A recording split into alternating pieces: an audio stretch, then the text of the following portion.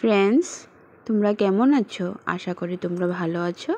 আমিও ভালো আছি, কিন্তু আমাদের মার্ঘেরিটার পরিস্থিতিটা অনেকই খারাপ। তো কালকে তোমরা আমার লাস্ট ব্লগে দেখেছিলে, তো আমি যতটুকু পেরেছিলাম তোমাদের সাথে শেয়ার করার চেষ্টা করেছি। আজকে আমার হাজব্যান্ড ঘরে থাকাতে আমি ওর সাথে আরেক সাইডে গিয়েছি, সেটা হলো পালপাড়ার ব্যাক সাইডটা।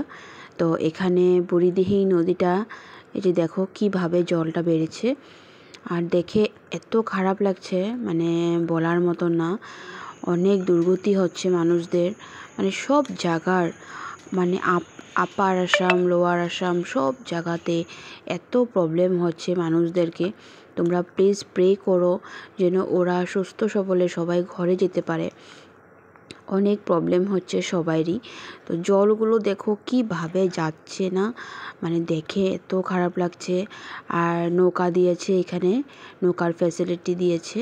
তো এখান থেকে মানে কলোনিতে জল হয়েছে, তো পুরুষ মানুষরা আপ ডাউন কেমনে করবে, তো তার জন্য নৌকাতে আপ ডাউন করছে। তো ঠিক আছে, তো তোমরা একটু দেখতে থাকো। এই দেখো আরেক জায়গাতে আমরা গিয়েছি। তো এখানে দেখো একজনের ঘরটা দেখে না, মানে এত খারাপ লাগছে। ঘরটা পুরো ভেঙে গেছে জলের স্রোতে। ওরা পুরা টিনটাকে পুরা ফেলে রেখেছে, মানে বান সিস্টেম কিছু দিয়েছিল, তো এগুলি সব ছুটে গেছে। দেখো না, পুরা ঘরের অবস্থাটা অনেক খারাপ। তো আমরা এখানে গিয়েছিলাম, কেন কি আমি একটা শীতলা মন্দিরে গিয়েছিলাম। এখানে শীতলা মন্দিরটাকে দেখার জন্য গিয়েছিলাম। তো যত আগ বাড়ছি ততই দেখি জল। রাস্তার জলগুলো একটু নেমেছে, কিন্তু ওদের ঘরের সামনে জলগুলো নামেনি, কেন কি ঘরটা পুরা নদীর সামনে ছিল, বুড়িদিহি নদীর সামনে ছিল। তো এত খারাপ লাগছে মায়ের মন্দিরটা দেখে। মন্দিরটা মানে মার সাইডে মনে হয় না জলটা গিয়েছে, বলতে পারছি না, কিন্তু এখান থেকে আমরা আর যেতে পারছিলাম না, এখানে অনেক জল হয়ে গেছে। আর এই দেখো মার মন্দিরটা, আমি তোমাদেরকে জুম করে দেখানোর চেষ্টা করছি যে কতটুক জল হয়েছে। এই দেখো ওয়ালের যতটুক ভিজা অতটুক জল হয়েছে। তারপরে দেখো এই যে গ্রিন কালার যে মন্দিরটা দেখা যাচ্ছে, আমি হাত দিয়ে তোমাদেরকে দেখানোর চেষ্টা করছি। এটা হলো মানে যতটুক দেখো ভেজা ভেজা আছে, এত উপরে গিয়ে জলটা উঠেছে।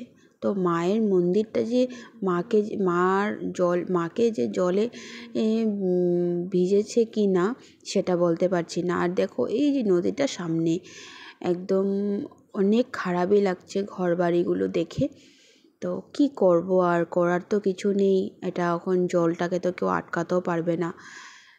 তো তারপরে আমরা ওইখান থেকে ডাইরেক্ট চলে গেছি লোকনাথ বাবার মন্দিরের সামনে। তো লোকনাথ বাবার মন্দিরের সামনে যাওয়ার আগে এই যে তোমরা স্কুলটা দেখছো, যে এই স্কুলটার মধ্যে যাদের ঘর বাড়ি সব ভেঙে গেছে, যাদের সব কিছু চলে গেছে, ওরা এই স্কুলটার মধ্যে আছে। আর এই যে দেখো লোকনাথ বাবার মন্দিরের এই যে গ্রাউন্ড ফ্লোরটা পুরো জলে, মানে মোটামুটি জল হয়েছিল, আর নদীটা থেকে একটু জলটা নেমেছে। তারপরে পোলো ফিল্ড হয়ে সার্কিট হাউস হয়ে আমরা বাড়ি ফিরে এসেছিলাম। তো এতটুকুই পেরেছি তোমাদের সাথে শেয়ার করতে।